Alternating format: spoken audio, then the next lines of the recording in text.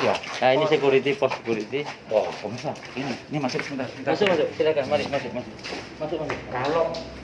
Kalau pemirsa tahu bahwa ini dah pos security, itu ada gambar di atas itu.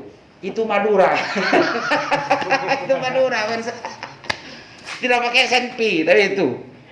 Itu pemirsa, perlu diketahui itu. Mana? Ini lab ya? Iya.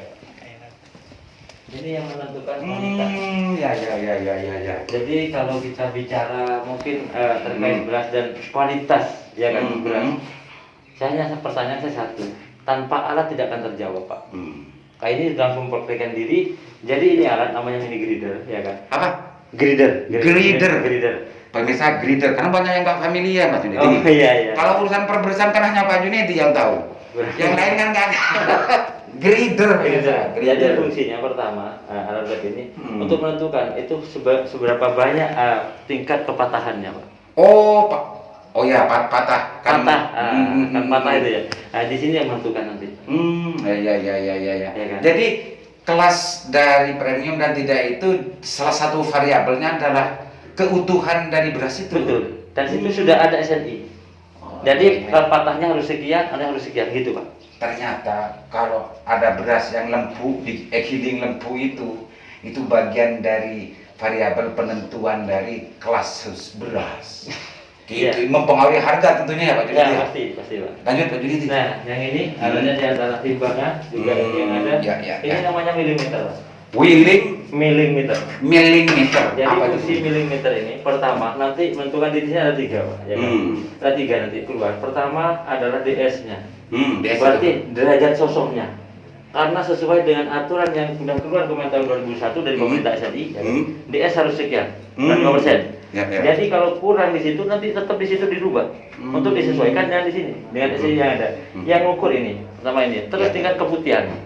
Kilonya berapa? Nah, di sini, ya kan? Keputihannya juga diukur. DS-nya diukur. Pemirsa, dia tahu juga pemirsa DS itu apa? Derajat sosok, Pak. Derajat sosok. Jadi gini, fungsi derajat sosok itu pertama yang mengikis kulit ari daripada beras itu namanya derajat sosok. Kalau mesinnya di sana itu kan ada 2 mesin kita di sana. Nah itu. Nanti ditentukan persentasenya di sini. Disesuaikan dengan SNI. Dipastikan lagi dengan alat milimeter ini. Kalau sudah sesuai baru masuk ke hasil produksi dan dikemas. Gitu pemirsa ternyata. Yang ini ada lagi, Pak. Ini gimana, Pak? Yang ini untuk apa namanya? Ini dari ground semua kami dari PT Rutan ya. Rutan semuanya. Iya. Ini termasuk miliknya juga. Iya, semuanya dari PT Rutan. Ini untuk alat ukur gabah KA namanya. KA itu kadar air, Pak. Kadar air gabahnya. Nah, jadi standar SNI kadar air itu ada 14. Oh, berarti ini alat untuk gabah bukan beras ya. Gabahnya juga dites dulu.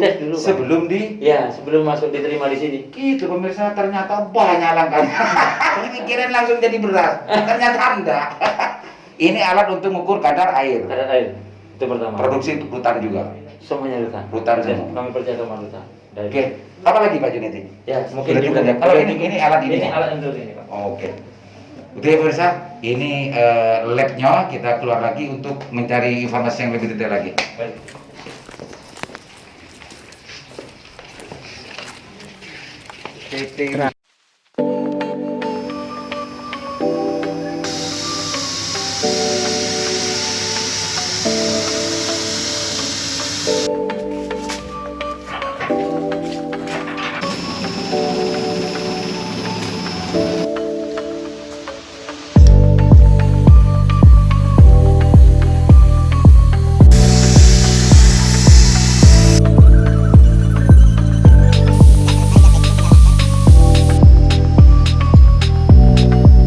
Iya. Mas siapa? Dengan Pak Wena, Pak. Pak Wena. Iya. Saya panggil Mas saja karena muda. Oh, boleh, silakan. Kalau Bapak itu kan agak tua gitu. Masnya ini muda kok, jadi sudah. Posisi Mas Wena? Saya kepala cabang di PT Rutan Surabaya. Betul. Kepala cabang bisa. Orangnya masih lebih muda dari saya. Pak Wena? Iya, gimana, Pak? Rutan itu kalau katanya orang Madura, bahkan banyak orang, Kalau rutan itu pikirannya langsung rumah tahanan. Rumah tahanan. Iya, memang banyak orang bilang Iya, begitu. rumah tahanan, Pak. Kok nggak pakai nama yang lain ya? Nah, ada ceritanya memang. Ceritakan sedikit gitu kenapa? Jadi dulu di kami itu PT Rutan itu adalah ada 2 orang pemilik, Rut dan Tan. Rut Gimana? dan Tan. Rut dan Tan. Rut dan Tan. Iya, ini yang Rut ini orang Belanda, yang Tannya orang sini turunan Cina, betul. Tan. Ya. Jadi bergabung membentuk sebuah perusahaan yang namanya Rutan, ceritanya begitu, Pak. Oh, begitu. Nah, tapi sekarang memang orang Belandanya ini sudah tidak ada lagi, jadi diteruskan dengan generasi keluarganya Pak Tan Pak sampai Tan. sekarang. Tapi nama tetap jadi PT Rutan. Rutan. Pemirsa, ternyata itu ada sosiologis, ada historisnya. Rutan bukan rumah tahanan. Rutan itu adalah gabungan dari pemilik pertama. Sama Pak Rut tadi ya, dan Tan. Jadi dijatuhkan menjadi Rutan. Iya. Ini kalau Dan nggak kami sudah 78 tahun, maaf. sampai sekarang 78 tahun. 78 tahun masih belum 78 tahun justru yang tahu hanya Pak Junaidi. Pak, banyak yang belum tahu nih Mas. Sebenarnya sudah Mas Wena. sudah banyak yang tahu, Pak. Kami Gitu sudah ya. skala nasional dan kami Begitu. punya moto solusi pangan Indonesia. Itu enggak maksudnya orang-orang biasa yang tahu kalau rutan itu rumah tahanan bukan PT untuk bagaimana menjadi solusi pangan Mas Wena. Iya. Jadi penting untuk dijelaskan terus ini. Betul. Biar Oke Mas Wena. Iya. Pak Junaidi tadi bilang bahwa semua yang aktivitas semua permisen di sini itu kerjasama dengan Rutan ya, dengan PT Rutan. Betul.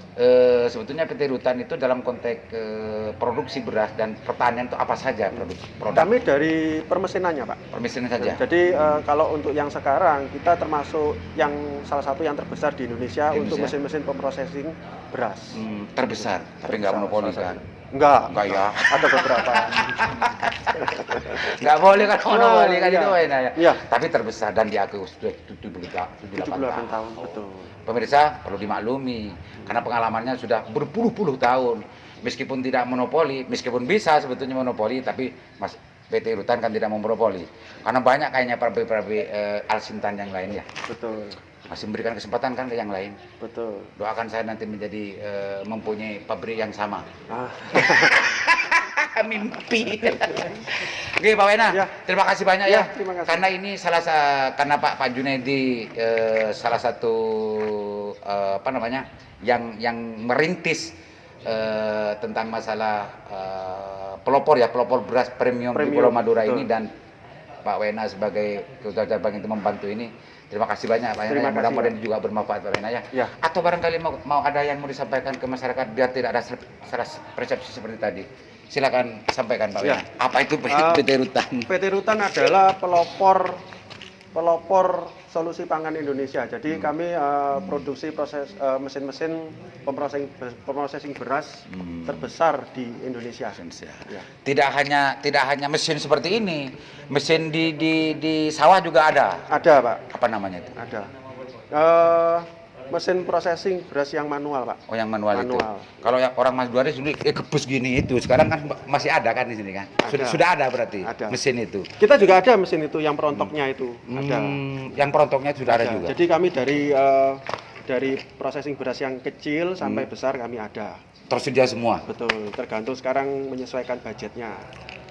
Di Madura itu masih banyak yang pakai gebus-gebus. Betul, Pak. Gimana ya? Karena banyak yang tidak tahu rutan, karena rutan dianggap rumah tahanan. Rumah tahan. Coba semua tahu, pasti akan banyak mengakses ke Pak Wena. Betul. Karena pasti akan lebih efektif bagaimana proses mengupas beras gabah di itu kan tidak pakai gini-gini. Betul, betul.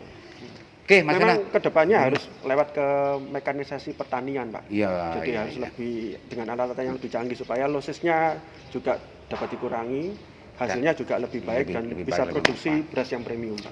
Itu pemirsa. Ya. Ini Mbak Wena, Mas Wena, saya tidak Pak karena muda ini, lebih tua saya kayaknya. Yang sebagai ketua cabang PT Rutan di Surabaya. Oke, terima kasih Ya. Pak Wena ya. Terima kasih, Pak. Terima kasih banyak atas kerjasamanya. Pak Jun. Ya. Pak Jun. Ini Pak Wena luar biasa. Iya. Pak Jun. Harus berterima kasih banyak Pak Junaidi. Oh, pertama kalau menurut hemat saya gini ya, kita berterima kasih terhadap Rutan ya karena yang telah bisa bekerja sama dengan kami di sini Dan bukan hanya kami mungkin ya di PT Mutiara yang harus berterima kasih. Ya, ya. Untuk perbesar Madura ini mungkin pertama untuk masyarakat Bangkalan. Kenapa? Justru ini mengawali sehingga Ya. kami cantumkan pelopor beras premium Madura. Tanpa PT Rutan tidak Tidak mungkin, mungkin. berdiri Ya, pabrik ini ya, betul, gitu ya. betul. Itu Mirsa, catat itu. Oke, kita masuk ke produk.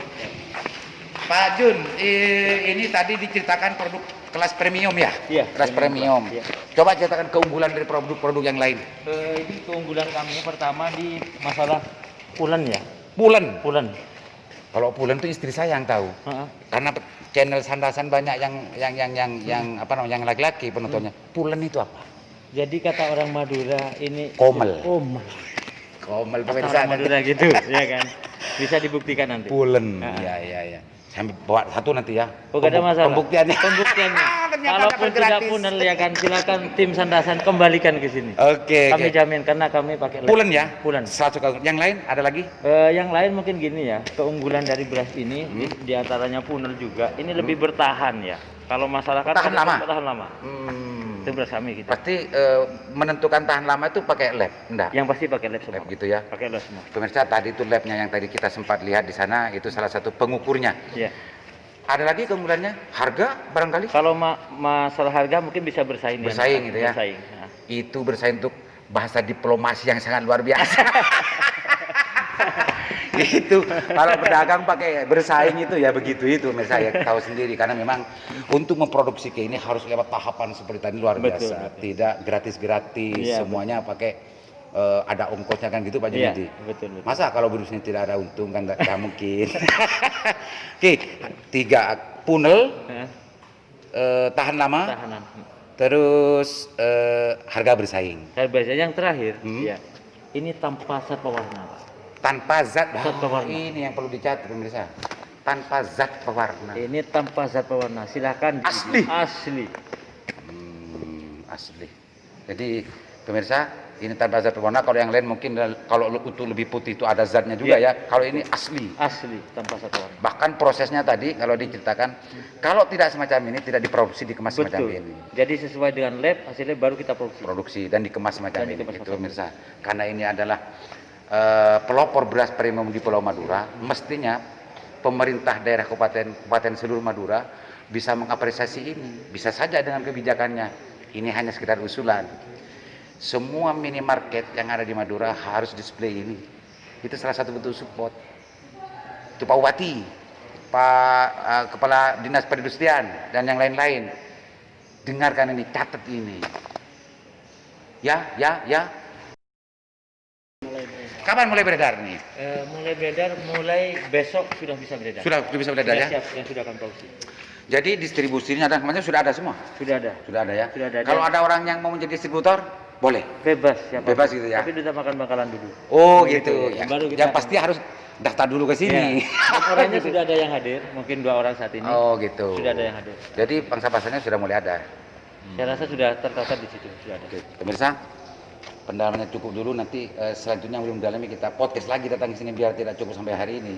Untuk sementara demikian. Assalamualaikum warahmatullahi wabarakatuh. Waalaikumsalam. Pemirsa, saya dapat souvenir dari Pak Wena, Mas Wena, bukan Pak Wena, karena orangnya muda. Alhamdulillah, terima kasih. Mudah-mudahan nanti bisa berlanjut nih Pak Wena ya. Ya, Makasih banyak Wena. Terima kasih.